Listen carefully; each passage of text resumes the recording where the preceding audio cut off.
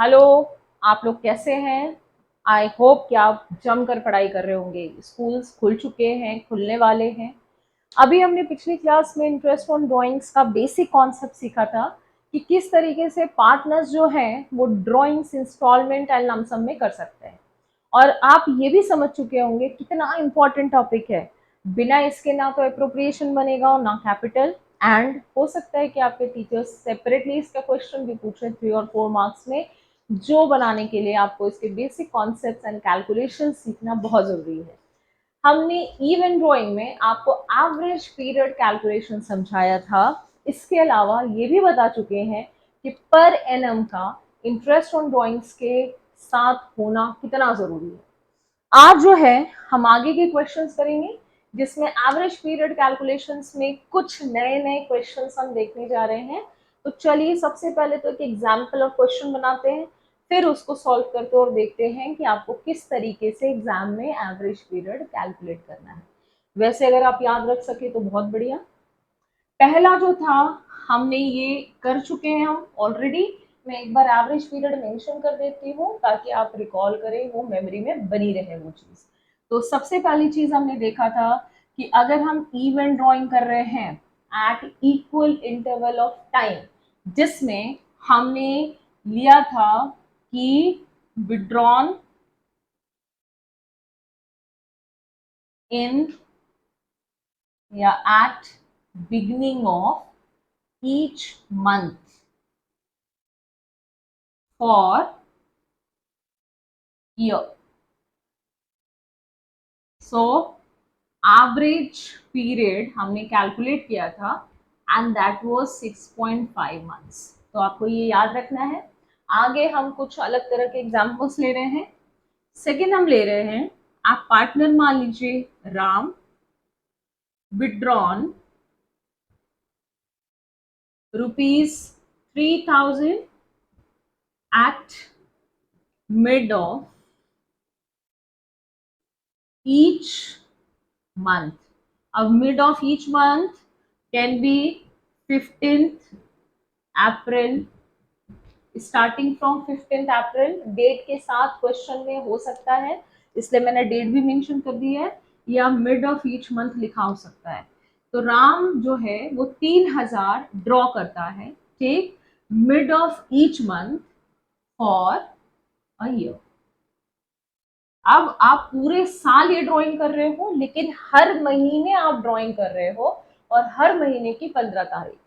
तो ऐसे केस में अगर हम ये मान लें कि 10% पर एनम आपका आईओडी दिया है और आपको इंटरेस्ट का अमाउंट कैलकुलेट करना है, तो interest on drawings, total drawings, total drawings 12 into 3000 into rate.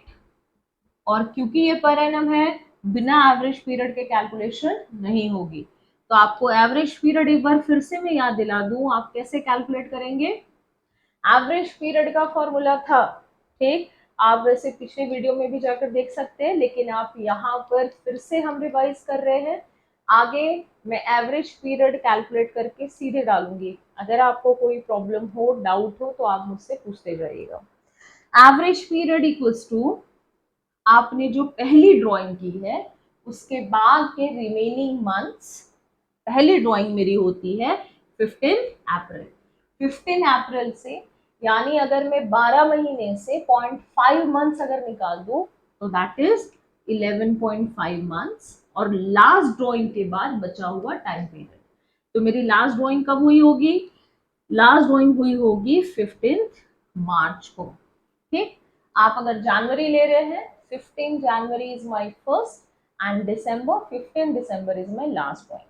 तो लास्ट ड्राइंग के बाद बचा हुआ मंथ कितना है? आधा महीना, 0.5 लिख सकते हैं, डिवाइडेड बाय 2, आपका एवरेज पीरियड 6 मंथ। तो अगर बिगनिंग ऑफ ईच मंथ में पूरे साल तक ड्राइंग हो, एवरेज पीरियड 6.5 मंथ आ रहा है। मिड में हो 6, इसी तरीके से एंड में अगर आप करो हर महीने 1 साल तक ड्राइंग, सेम अमाउंट, तो आपका एवरेज पीरियड 5.5 आएगा। आएगा कि नहीं, आप कैलकुलेट करके चेक कर लीजिए। तो अब यहाँ पर हम कैसे कैलकुलेट करेंगे? आपको एवरेज पीरियड पुट करना है डिवाइडेड बाय 2। अब आप अमाउंट कैलकुलेट करके इंटरेस्ट जो है वो यहाँ लिख सकते हैं, मेंशन कर सकते हैं। अब मैं जो है यहाँ पर आपको एवरेज पीरियड्स मेंशन कर दे रही हूँ, ठीक। इसके साथ आपको लगाना है कि भाई ये एवरेज पीरियड्स कब कब आए थे। तो 6.5 मंथ एवरेज पीरियड कब आया था, 6 मंथ कब आएगा, एंड 5.5 मंथ्स कब आएगा। ये आप अपनी अपनी कॉपीज में लिखिए, ठीक, कैलकुलेट करके देखिए ताकि आपको याद हो जाए, रिवाइज हो जाए। अब हम जो है नेक्स्ट इसमें आपको एक क्वेश्चन दे रहे हैं। इस क्वेश्चन में आपको एवरेज पीरियड कैलकुलेट करके मेरे कमेंट बॉक्स में डालना है और मैं होमवर्क चेक करूंगी। तो आपका क्वेश्चन है एक्स विड्रॉन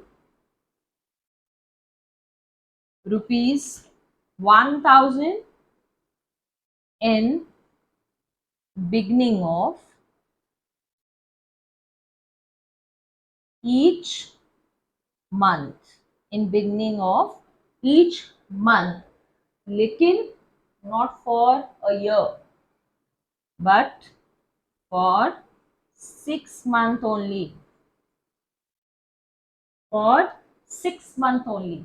और आपको इसका कैलकुलेशन करना है, लेकिन एक साल में 6 महीने का लॉट होता है, तो ये कौन सा 6 महीना है, ठीक।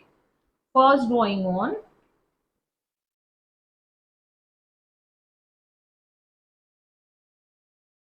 दी 1 अप्रैल।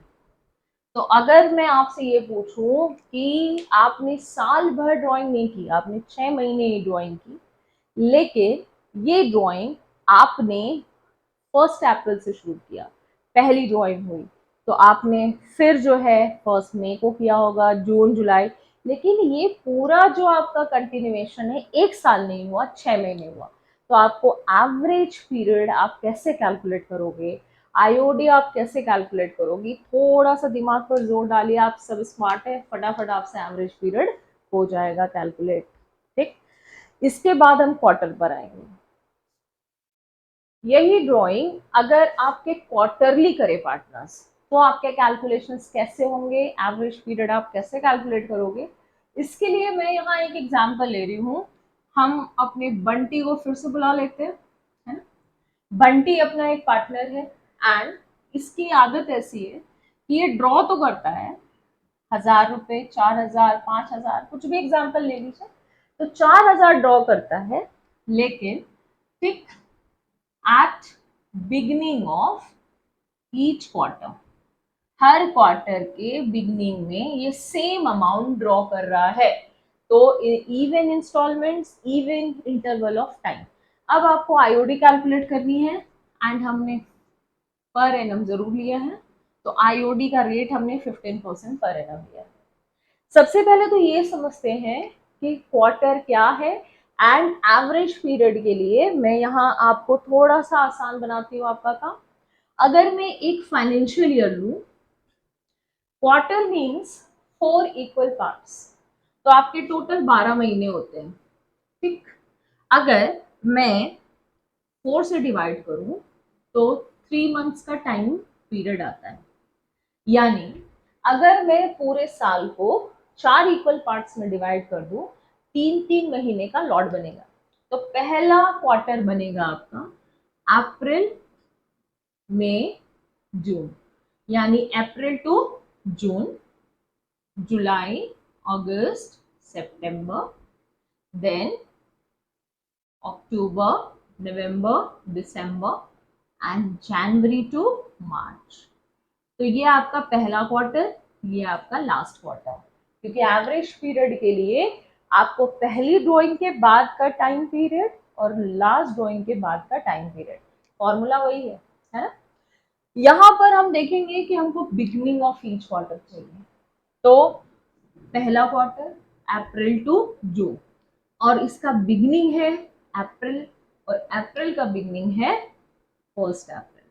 यानी आपने पहली ड्राइंग 1 अप्रैल को की, then last quarter is January to March, तो इसका बिगनिंग होता है जनवरी।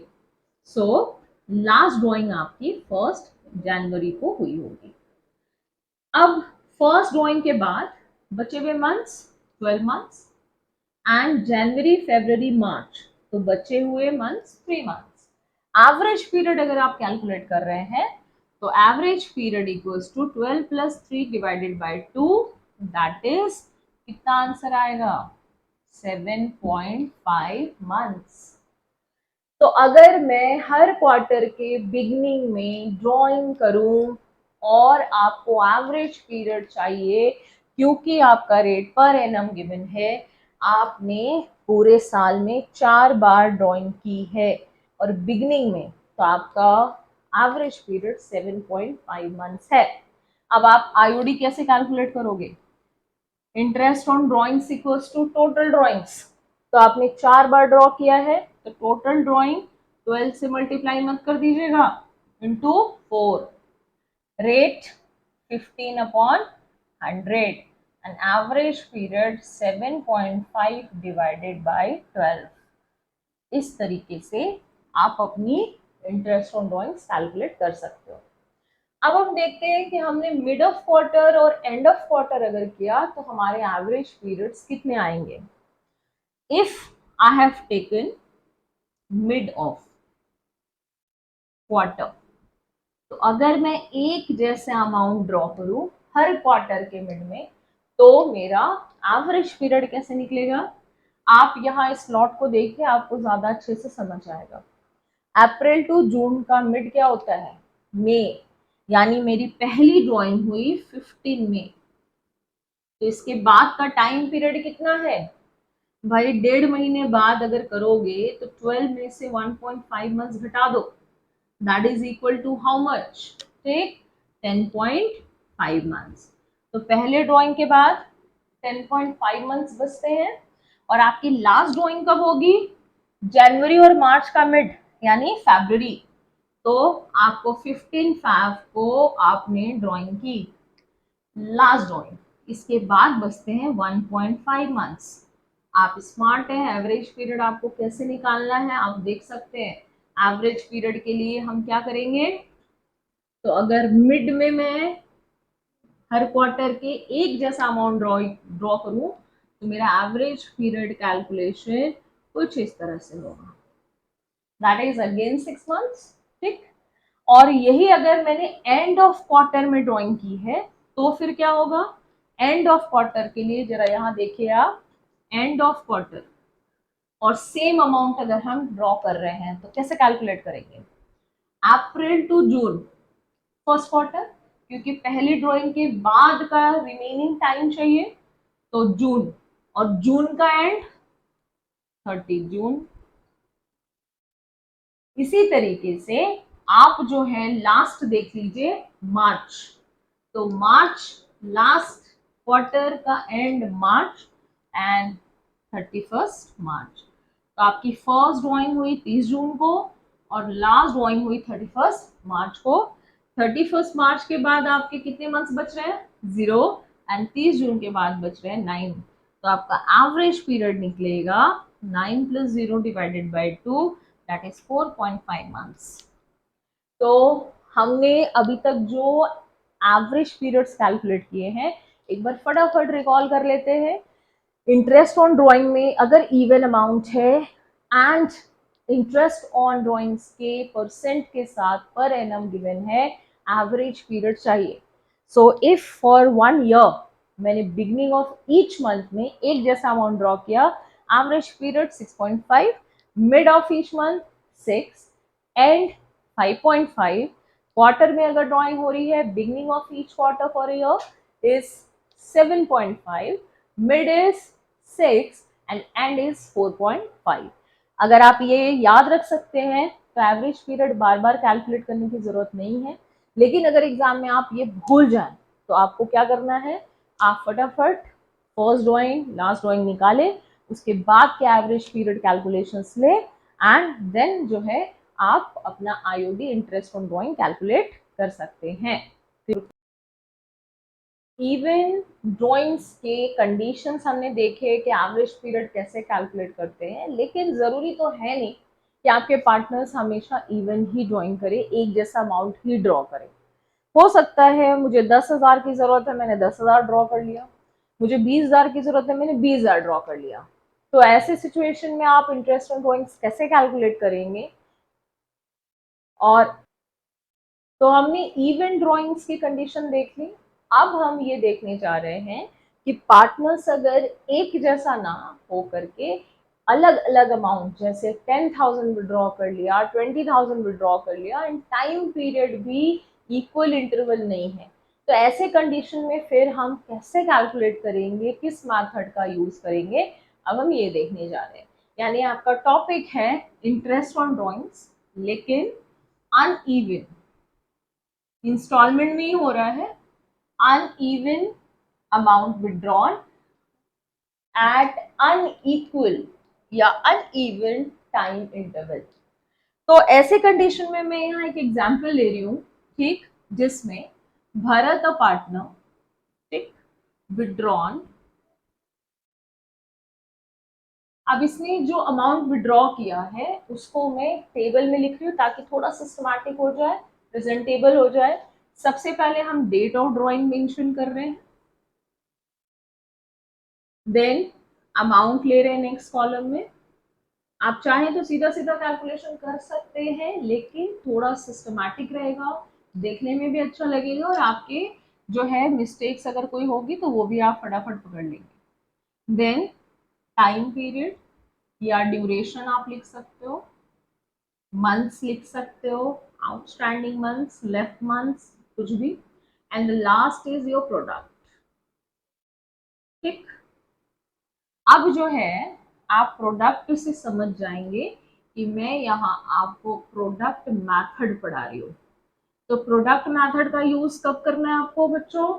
जब आपके क्वेश्चन में अमाउंट ऑफ ड्राइंग अलग है, डिफरेंट है, नॉट इवन है, एंड डेट भी कुछ ऐसी है कि इक्वल इंटरवल ऑफ टाइम आप उसको नहीं कह सकते। जैसे हमने अप्रैल टू मार्च ले रहे हैं, ये फाइनेंशियल ईयर कंसिडर कर रहे हैं। पहली जो ड्राइंग है वो आपकी 30 अप्रैल को हो रही है एंड अमाउंट इज 1 लाख। इसी तरीके से हमने दूसरी ड्राइंग जो है वो ले रहे हैं यहाँ पर, जो कि 1 अक्टूबर को हम कर रहे हैं। ठीक, आप देख सकते हैं कि 30 अप्रैल को, 1 अक्टूबर को, and amount of drawing is 50,000। पहले 1 लाख था, अब 50,000 है, तो इवन अमाउंट तो बिल्कुल भी नहीं है। इसके बाद हम कोई डेट ले लेते हैं जिसमें हमने 1 दिसंबर ले लिया। अब 1 दिसंबर को हमने 2 लाख के, या भरत ने 2 लाख की ड्राइंग की, एंड देन लास्ट ड्राइंग एक ले लेते हैं जिसमें कि हम डेट ले रहे हैं, that is February, end of February. तो 28 फेब को इसने जो है वो 60,000 की ड्राइंग की है। इसी तरीके से एक दो और आपके ड्राइंग्स हो सकते हैं। ठीक, अब जो है इसमें हम ये देखेंगे कि पहली ड्राइंग के टाइम पीरियड के बाद आपका टाइम ड्यूरेशन कितना बचा, कितने मंथ्स बचे। तो 30 अप्रैल, यानी अप्रैल टू मार्च में अप्रैल तो चला गया, सो 11 मंथ्स। सिमिलरली अब आपको 1 अक्टूबर के बाद कितने मंथ्स लेफ्ट हैं, बैलेंस है, that is 6 months. 1 December 4 months, and February पूरा निकल गया, सिर्फ मार्च बचा है, दैट इज 1 मंथ। प्रोडक्ट किसका प्रोडक्ट लेना है?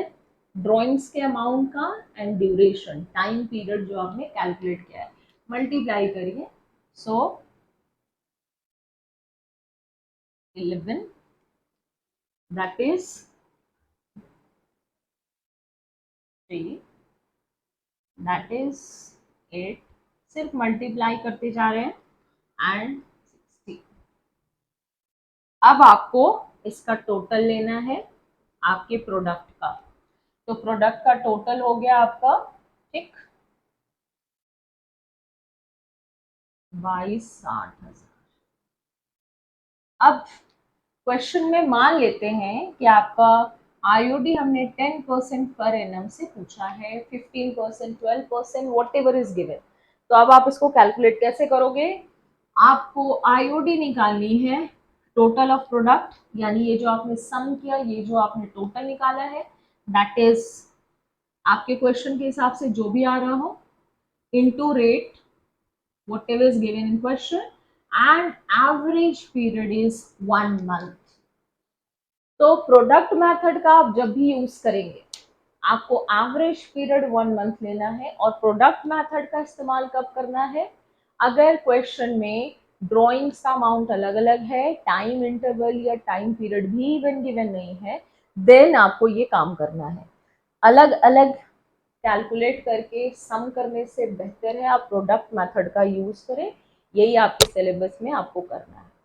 And the last thing for the interest on drawing, ये तो बात हुई कि अगर इंस्टॉलमेंट में है, लेकिन अगर लमसम में हम आपको ड्राइंग दें, हमने कहा पार्टनर है और पार्टनर ने 6 लाख रुपए ड्रॉ किया एंड क्वेश्चन में टाइम पीरियड गिवन नहीं है, हम लमसम ड्राइंग की बात कर रहे हैं और time date of drawing given नहीं है क्वेश्चन में, आईओडी के साथ रेट परसेंट में पर एनम गिवन है। मैंने किन कंडीशंस के बारे में कहा आपको, फिर से मैं आपको दोहरा रही हूँ, रिपीट कर रही हूँ।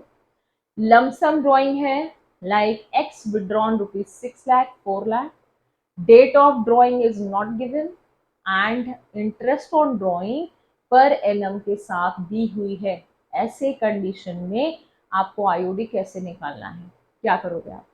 हमेशा याद रखें, आप जब भी पर एनम के साथ डील कर रहे हैं, टाइम पीरियड के साथ डील कर रहे हैं, इंटरेस्ट ऑन ड्राइंग्स में लमसम जब भी अमाउंट ड्रॉ का आपको क्वेश्चन में गिवन हो, एवरेज पीरियड 6 मंथ लेना है। यानी अगर मैं यहाँ एक एग्जांपल आपको लिखूं क्वेश्चन में, ठीक, देखिएगा,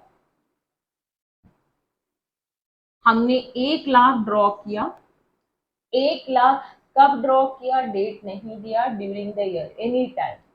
ऐसे कंडीशन में हमने आपको आईओडी 10% पर एनम क्वेश्चन में दे रखी है और आपको इंटरेस्ट निकालना है, तो आपको हमेशा याद रखना है सिंपल 10% नहीं कैलकुलेट करोगे, आप एवरेज पीरियड 6 मंथ लोगे if date of drawing is not given. And अगर सेम क्वेश्चन है जिसमें आप 1 लाख ड्रॉ कर रहे हो और पर एनम गिवन नहीं है, time dimension is not mention, तो आप 6 मंथ का यूज नहीं करोगे, यानी फ्लैट कैलकुलेशन होगा। तो फ्लैट कैलकुलेशन लमसम में कब करना है, 10% सीधे सीधे कब निकालना है, 6 मंथ कब नहीं लेना, जब इंटरेस्ट ऑन ड्राइंग में पर एनम गिवन नहीं हो।